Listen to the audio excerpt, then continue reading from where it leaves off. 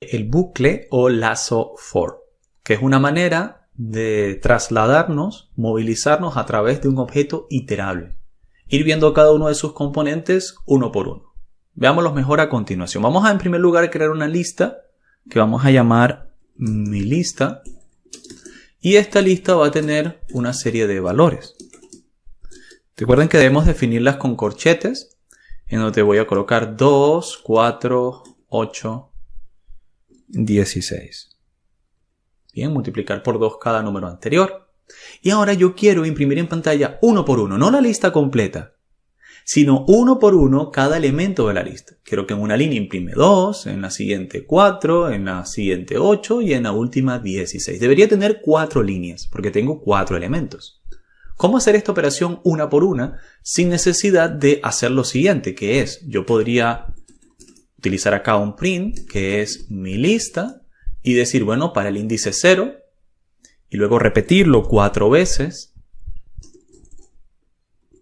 o 3 veces más, aparte del existente, e ir cambiando los índices, ¿cierto? E ir cambiando los índices. Esto haría exactamente lo que deseo, pero es fácil entender y darse cuenta de que cuando la lista tiene una gran cantidad de elementos, voy a tener que repetir muchas veces el mismo código. Entonces, para eso existen los bucles for. Nos permiten iterar sobre elementos, como listas, tuplas y así por el estilo, y simplemente ejecutar una porción de código para cada elemento. Para hacer eso, utilizamos la palabra clave for. Y vamos a decir para, o componente, elemento o ítem en mi lista, dos puntos, ejecuta lo siguiente. Vamos a lo que acaba de ocurrir. El bucle for se define por la palabra clave for y le vamos a dar un nombre a cada elemento en la lista. Entonces decimos para ítem en, esto lo hemos utilizado antes, dentro de la lista hay una serie de elementos. Para cada elemento dentro de mi lista, haz lo siguiente, para cada uno. Y por cierto, a el elemento momentáneamente 2 va a ser ítem. En la siguiente iteración 4 va a ser ítem, porque cada vez que pase por él va a recibir ese nombre momentáneamente para cada elemento de la lista. Esta variable acá puede tener cualquier valor. Puedo llamarla i, jk, ítem, objeto, número, lo que ustedes quieran. Al final de cuentas es una manera de guardar temporalmente en una variable el valor actual sobre el que estamos iterando en toda la lista. Y noten además que de forma automática, luego de escribir los dos puntos y hacer Enter, el IDE Spider ha creado una indentación. Porque nuevamente se cumple que lo que quede dentro de este for indentado es lo que se va a ejecutar. Forma parte de un bloque de código. Entonces yo le voy a decir, imprime. ¿Qué va a imprimir? El ítem. Entonces le he asignado un nombre a cada elemento dentro de la variable y va a iterar sobre toda esa lista y va a imprimir el ítem. Noten que en lugar de utilizar 4 líneas de código he utilizado solo 2. Veamos. Y también podemos observar que el resultado es el mismo. Él lo que está haciendo es iterar por cada elemento en la lista. Entonces para eso funciona, ¿cierto?, la palabra clave for. Y nos permite iterar sobre una serie de elementos.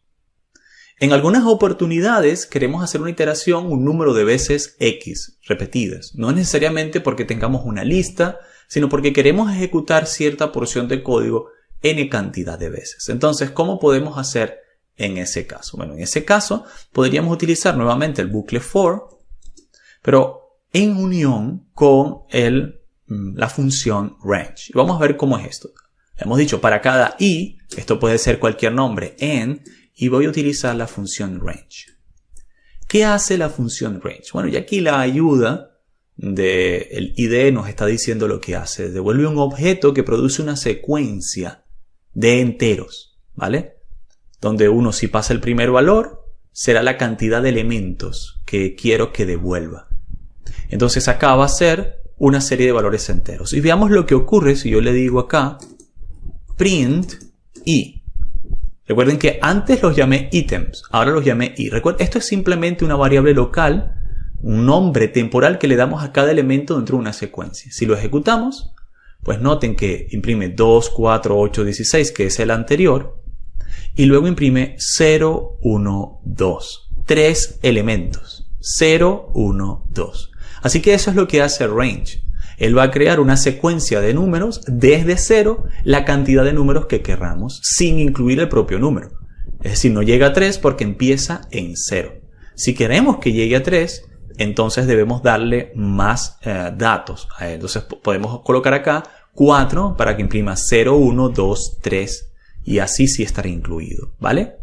Otra manera de trabajar con el range, como su nombre lo indica, es indicando el valor de inicio, el valor de final y el paso.